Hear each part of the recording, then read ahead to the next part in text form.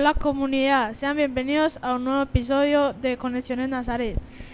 Bueno, el invitado del día de hoy es un invitado bastante, ¿cómo le diremos? Emblemático de acá del colegio. Hoy tenemos aquí al profesor Marlon. Bueno, buenos días, comunidad, espero que estén muy bien, muy contento de estar acompañándolos en este nuevo episodio del podcast. Para la comunidad que de pronto no te reconozca, porque por lo general tú das clases en primaria, ¿cierto? Sí. Este año arrancamos también con secundaria, pero él es el profesor de Ciencias Sociales. De Ciencias ¿cierto? Sociales. Es la parte que ya trabaja. Pero hoy justamente no caímos porque fueras profesores sociales, me trajimos por algo todavía más importante. Y resulta que acá el profe Marlon es un activista social bastante activo, por así decirlo, valga la redundancia de activista y de activo. A él le gusta y trabaja en la parte social con comunidades desde la parte del arte, ¿cierto? Entonces queremos hablar eso. Cuéntanos cómo ha sido, digamos, tu experiencia o cómo es ese trabajo que tú realizas a rasgos generales. Sí, primero pues entender que el activismo social no se hace solo desde la protesta, sino, o sí es de la protesta, pero no la protesta que todos creemos, que es esa protesta violenta, que va a las calles, que es bien importante de cierta manera para hacer eco ruido, pero que no se puede quedar solo ahí, ¿cierto?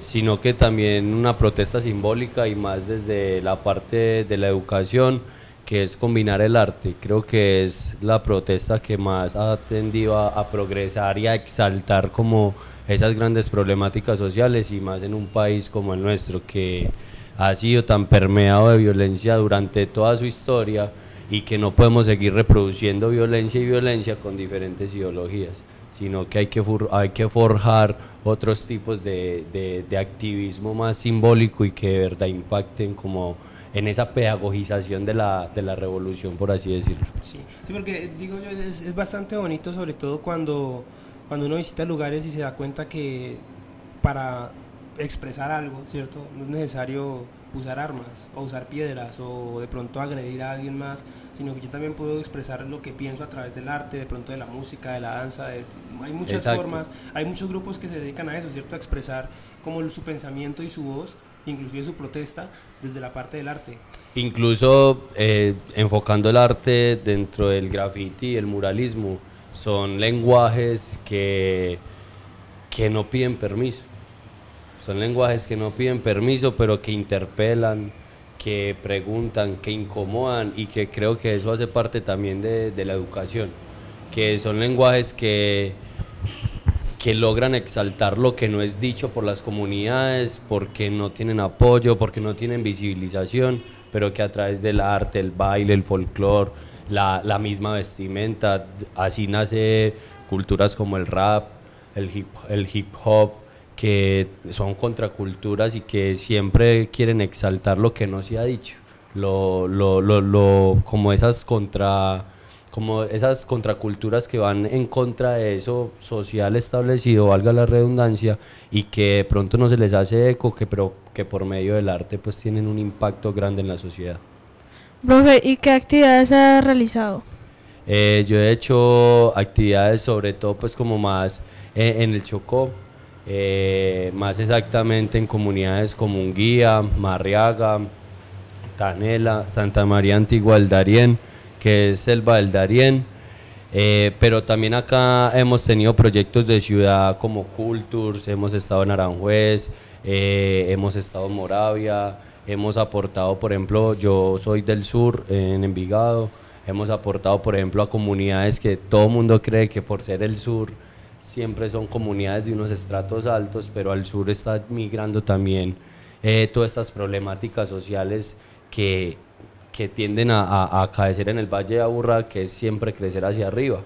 Entonces hemos estado como logrando vincular esas periferias sociales a esa centralidad que nos olvida, que a veces creemos que para hablar de miseria o de marginalidad o de marginados tenemos que referirnos a departamentos que han sido ya con el prejuicio de que son pobres, de que son ignorantes o etcétera, pues como se menciona socialmente, pero que acá de vecinos tenemos barrios que Torre 11, por ejemplo, que Torre 11 es arriba de París y no tiene nomenclatura, no tiene acceso.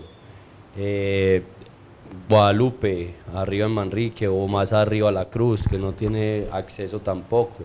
Entonces, que son contextos que incluso nosotros como ciudadanos desconocemos, pero que coexisten con nosotros todo el tiempo. Entonces, a partir del arte, con unos compañeros de la Universidad de Antioquia, yo soy egresado pues de la Universidad de Antioquia, hemos logrado pues como captar la atención de varias personas y al menos a través del arte hacer comitivas en estos barrios para lanzar como un foco de, hey, aquí estamos, hacernos presentes de que no toda la sociedad nos tiene olvidados. Ese trabajo es, no sé, digamos que es un trabajo que yo admiro mucho, ese trabajo de trabajar con las comunidades, pues diría uno vulnerables, ¿cierto? El trabajo con las comunidades vulnerables, pues porque no, imagino que no es fácil llegar allí.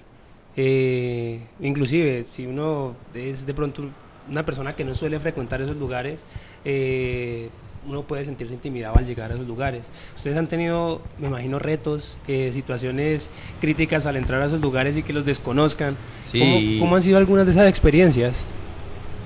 Bueno, pasa uno a veces incluso pues por los pensamientos terroríficos, porque, por ejemplo, pues para nadie es un secreto las dinámicas que en un país como el nuestro se viven diariamente, que aquel que piensa diferente o que pide justicia de maneras diferentes, pues Lo callan. lo callan, ¿cierto? El silencio de esas grandes voces, como lo llamo yo, y cuando hablo del silencio de esas grandes voces es porque no se puede esbozar públicamente lo que se piensa porque se genera temor. Entonces, en esas mismas dinámicas de violencia y conflicto que hay en Colombia, para ingresar, por ejemplo, a territorios de resguardos indígenas, en el Chocó, todo esto ha sido muy complejo. Incluso yo te había extendido una invitación Sí, para trabajar en conjunto. en el noroccidente, y no se pudo por temas De seguridad. de seguridad. Entonces, nos amenazan porque tienden a pensar que todo aquel que llega con un pensamiento social, pues lo asocian con un pensamiento ideológico siempre guerrillero o que está fomentando de pronto como unas ideologías, cuando desde el arte, claro, desde el arte también se fomenta eso, pero nosotros lo que vamos buscando es justicia social, no vamos como tratando de permear ideología. ¿Qué nos ha pasado? Por ejemplo, que no nos hayan dejado que lleguemos al territorio, o nos roban los materiales que no siempre son costeados por patrocinio, sino que uno mismo pues desde sus ganas hace la moral y saca dinero, que no es fácil.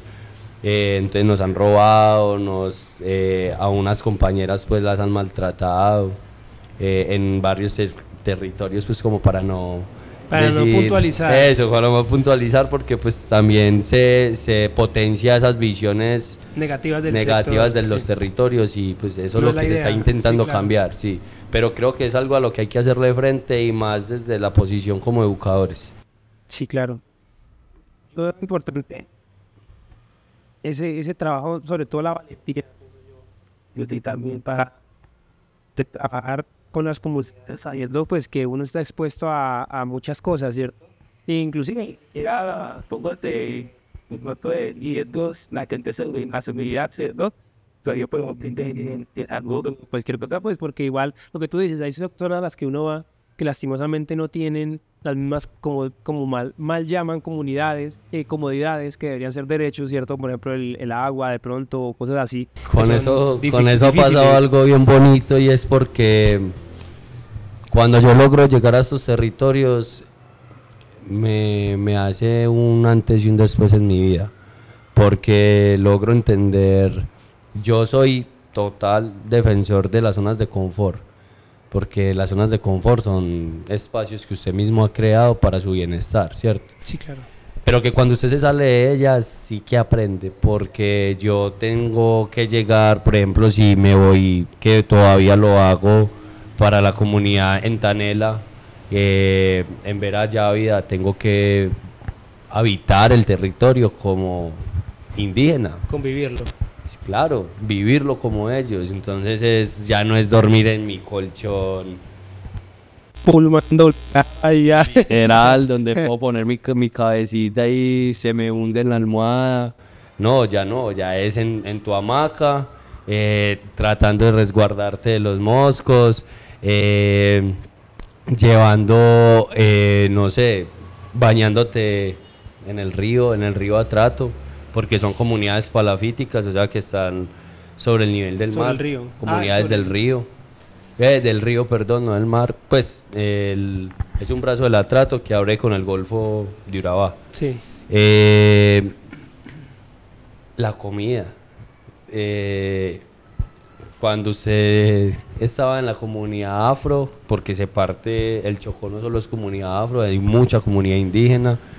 Cuando usted está en la comunidad afro, usted come pescado y se lo preparan de muchas maneras, y pues si usted es amante al pescado, no lo siente. Pasa rico. Pero si usted se va, antes ya se integra con las comunidades indígenas, ya no es pescado, ya es el miquito que usted le hizo así, hola, hola, que lo saludó, ya después se lo sirven en el plato. La iguana, la culebra, la babilla, ahí ya se está fomentando incluso a partir de nuestras visitas también el cuidado a esas especies que ya están en peligro de extinción, por ejemplo la icotea, que ya se prohíbe la pesca de ella, y que ellos sin tener esa cohibición pues ya lo intentan pues como hacer. El tema del baño, con decirte que llegó primero la iglesia evangélica a un territorio indígena que el internet. Entonces mira que hay un abandono social, estatal y gigante, pero que ellos tratan de hacerle frente a todo eso. ¿Y por qué se da mi llegada allá? Principalmente porque por el trabajo de grado de la universidad, ahí inicio el proceso, pero no me ausento del todo del territorio, precisamente porque, por ejemplo, con las comunidades indígenas en Colombia está pasando que se están desapareciendo, y no solamente porque los estén matando, pero sobre todo también porque hay un sincretismo cultural, y cuando hablo de sincretismo hablo de ese exterminio cultural que está estableciendo dentro del homogéneo. Entonces a un niño indígena ya le da pena hablar indígena, a una niña indígena le da pena que sea reconocida como indígena. Entonces salen de esos resguardos inmediatamente con ganas de soltar sus raíces, porque eso hemos potenciado como sociedad. O sea, nosotros ignoramos las diferentes sociedades, inclusive las diferentes culturas, ¿cierto?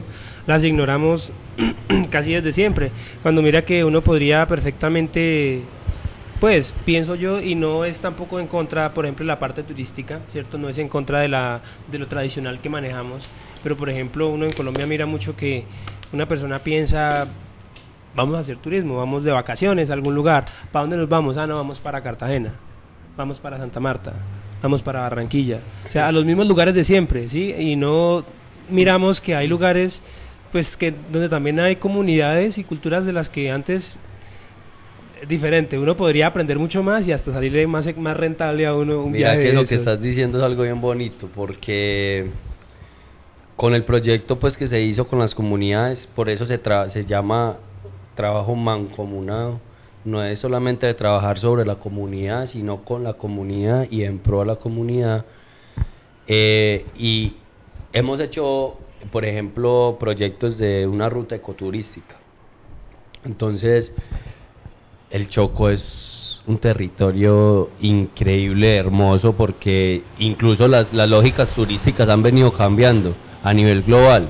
Ya nadie quiere ese turismo donde usted se va para el Hard Rock o un hotel 5 estrellas a que lo atiendan y nada, ya la gente quiere desacomodarse para sentir que está viviendo algo diferente. Entonces se estableció, por ejemplo, una casa hotel allá que la misma comunidad construyó, que ella misma a mano, a punta de trabajo duro construyeron. Entonces que se están erradicando también esas prácticas de como investigadores ir y solamente utilizar la comunidad para algo que me lucre o que me lleve a tener este contenido para socializarlo, para publicarlo, para lo que sea. E incluso hemos dejado cartillas allá por ejemplo, para las personas que se les estaba olvidando hablar en vera, porque les daba pena hablarlo, entonces dejamos una cartilla con el abecedario en vera, con todo, como un tío Nacho para aprender a leer y a escribir en vera. Con la comunidad afro en Marriaga hemos establecido cartillas que potencian, incluso se las puedo compartir si las quieren mirar en algún momento, en donde ponemos la gastronomía, todo eso tradicional que hace que ellos de esa manera interpelen al Estado, porque también hay que ser realistas y es que ellos interpelan al Estado de esa manera, porque tienen una figura dentro de la constitución política que son consejos comunitarios, que sale a partir de la ley 70 de 1993, en donde los acredita como comunidades étnicas. Entonces, al ser comunidades étnicas, pues tienen unos derechos diferentes sobre el territorio, y a partir de que tienen esos derechos diferentes sobre el territorio, pues nadie puede sacarlos de ahí, ¿cierto? Esa es como su garantía de vida digna. Entonces, no siempre el afrocolombiano se identifica como afro, pero esa es una necesidad que tiene para poder hacerle frente al abandono estatal, o que tiene un antepasado africano, no siempre, ni siquiera pueden reconocerlo, pero que entendieron que en las lógicas del hoy hay que salvaguardar su cultura de esa manera. ¿Y cómo esas experiencias han afectado tu forma de enseñar? Pregunta bonita.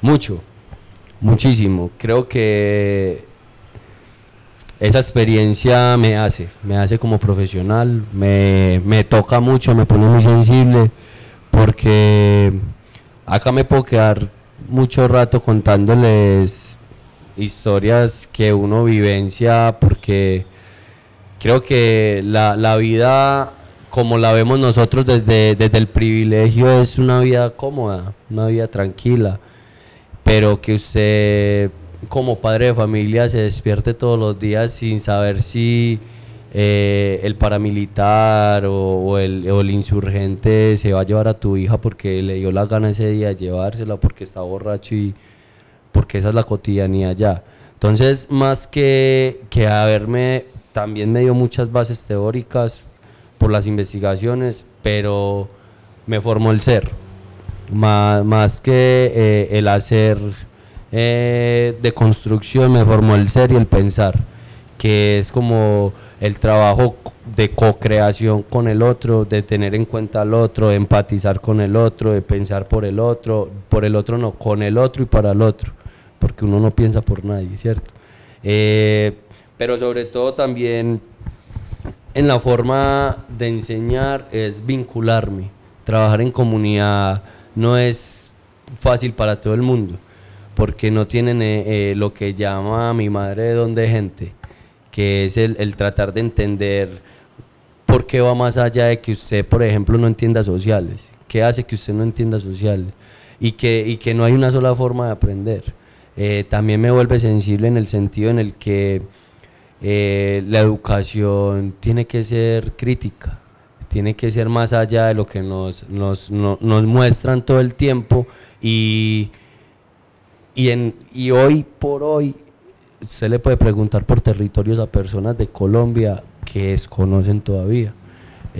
Por ejemplo, una zona como el Guaviare, que también he tenido la oportunidad pues de ir allá al Portal de Orión, a todo esto, al Chiviriquete, y son zonas olvidadas, que ni siquiera la gente lo reconoce.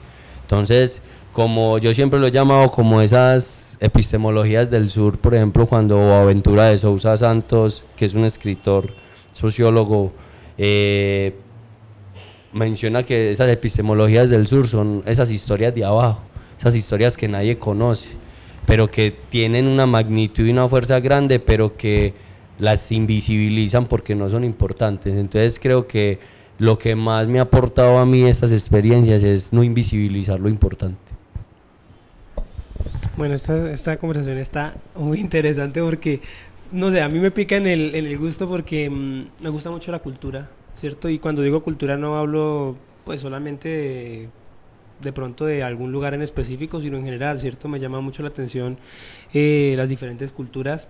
Sé que en Colombia hay muchas y Marlon ha tenido el privilegio de compartir con varias de esas, ¿cierto? Y yo quisiera hacerla una última pregunta de pronto, como qué fue eso que te inspiró, que te motivó a decir, cuando estabas en la universidad, parce, yo quiero trabajar desde esta parte social, o sea, estoy estudiando ciencias sociales, que ya eso es un paso, ¿cierto? Pero, ¿qué fue el detonante, el que dijo, me interesa ir a las comunidades, conocerlas? Mira que yo llego a ser profesor por error. Yo llego a ser profesor por error porque yo jugaba fútbol. Y mis proyectos y sueños, pues, si es que me proyectaba de otras maneras, no lo hacía en la educación. Porque en el colegio también fui un jodito. Un estudiante complejo. Jodito. Inteligente, pero no lleva ni cuadernos. Ah. Sí, entonces, o sea, no fui como ese estudiante que todo el mundo caracterizó y una vez como, no, este man va a ser algo diferente, ¿cierto? No, si este man no es futbolista, taxista, sin pues desmeritar pues como esas profesiones, pero esos eran los comentarios ¿Qué le hacían? Que me hacían, sí. Entonces, llego por error porque cuando a mí se me acaba pues como el margen para proyectarme como futbolista, por presión de mi mamá, empiezo a decirme como, bueno, ¿qué va a si hacer? Por ahí no fue, ¿qué va a hacer mi hijo? A ver. Un profesor de sociales, siempre fue muy bueno para sociales, aunque no mostraba interés. Un profesor de sociales siempre me ayudó y me potenció mucho como, hey, hay que ir más allá. Logré trascender esa barrera del límite mental y logré pues como presentarme en la Universidad de Antioquia. Me presenté a Derecho y hice ni un semestre. Volví y me presenté y pasé a Ciencias Sociales. Llego a Ciencias Sociales porque una vez un colectivo de la Universidad de Antioquia, el colectivo de Pedagogía Social, me invitó a hacer un trabajo en Santo Domingo. Llego allá, me gusta mucho la manera en que estas comunidades trabajan, en el sentido en el que valoran cada esfuerzo que usted hace por ir. Entonces, desde que usted iba subiendo esas escaleras, que eran muchas, la gente se asomaba y decía, llegaron los profes. Entonces fue la primera vez que cuando me dijeron profe, sentí algo como, uy, me gusta que enuncien a Marlon de esa manera. Y empecé a encarretarme con este colectivo hasta que me enamoré de la carrera. Pero porque no todos los profes trabajamos en estos territorios o de maneras, todos trabajamos diferentes, ¿cierto? A veces hay algunos profes que no, por temor, por pereza o por lo que sea, que también es muy respetable, no llegan a estas comunidades o a estos territorios. Yo llego allá por mi asesor de trabajo de grado y dos amigos, Alejandro y Camilo, que fue lo que la academia más grande que me ha dado, que han sido como dos hermanos académicos, que fue con los que hice pues como esa investigación allá en el Darién, y que a través de ellos me enamoré del graffiti, del muralismo, porque ellos son de toda esta cultura rap, con alcolíricos, con todas estas personas que logré conocer y que llevaron como a que también la música empezara a intercalar como, hey, es que no solamente es la música que te pone a bailar, sino que también desde ahí te pone a pensar. Entonces empecé como a encarretarme muchísimo y se da la oportunidad de todo este proyecto y ahí es donde ya marca como lo que te digo, como un hito en mi vida y que puedo literalmente como profesional y como ser humano puedo marcar un antes y un después. Entonces a través de eso, ese es mi éxito en el aula, que llevo las ciencias sociales desde una transposición didáctica, no de memorización todo el tiempo, o de satanización de la memoria, sino que también hay muchas formas de aprender y que cuando no hay nada de esto, también hay otras formas muy valiosas, que son, por ejemplo, trabajar con el medio. ¿Cómo le enseño a un indígena el valor del agua? Teniendo el agua ahí. Claro. ¿¿Cómo un indígena tiene tanto conocimiento si... ¿Por qué? Porque el mismo medio hace que usted Se lo exige, mejor se dicho, lo el número exija, lo que exige. comprenda por qué un meandro en un río se forma de esa manera o por qué se modifica o por qué el mismo ecosistema empieza a cambiar, a mutar. O sea, en el contexto, cuando usted va y hace una educación contextual, usted de verdad está generando un proceso formativo porque está generando un aprendizaje simbólico o significativo, que es cuando el estudiante le da un sentido, una significación a eso que aprendió a través de algo que percibe cotidiano. Listo, toca, mano. Bueno, pues, esta conversación está muy chévere, pero lastimosamente, por el momento, No voy a hablar mucho. acabando el tiempo.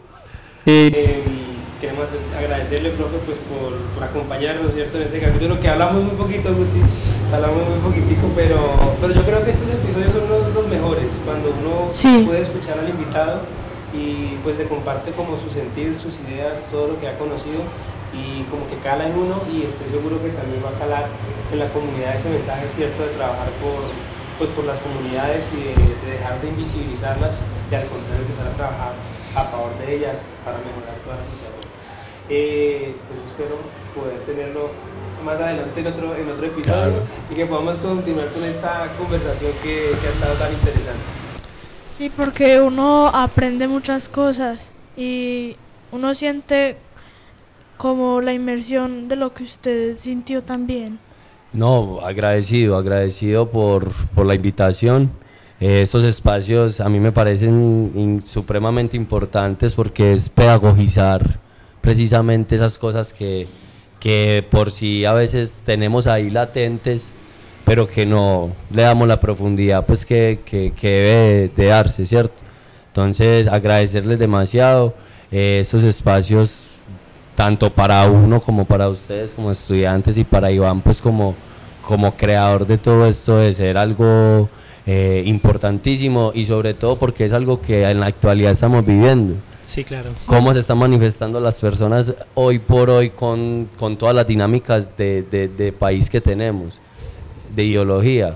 Con el arte. Por el arte, murales por toda la ciudad. Música. Si usted se pone a veces las personas creen que eso es paisaje y ya, y sí, obvio, hace parte del paisaje, pero tiene una intencionalidad. Entonces, la invitación es como a que se pueda pensar de maneras diferentes el arte, sobre todo la vida y siempre buscar la dignificación del otro, el vivir del otro. Claro que sí, profe, muchas Sí, gracias. gracias a usted. Bueno, Muchas gracias. Cerramos este que es el primer capítulo de la segunda temporada del podcast y creo que lo abrimos temporada con un buen tema y con un buen invitado. De excelente manera. Bueno, yo voy a dejar a Guti que haga la despedida, que se va a apropiar de esa despedida. Bueno, así concluimos el capítulo de hoy. Lo esperamos en el siguiente capítulo. Hasta luego. Hasta Chao. luego. Chao.